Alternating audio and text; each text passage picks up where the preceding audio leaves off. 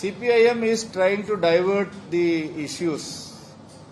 So this has happened in a party village where CPIM party office is there. Many criminals were there in the spot.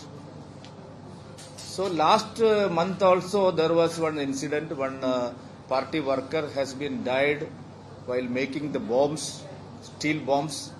So continuously it is happening. This is the knowledge of the CPIM leaders, especially police officials. Last incident, police has inquired this issue but not yet found any perpetrator, only arrested that person.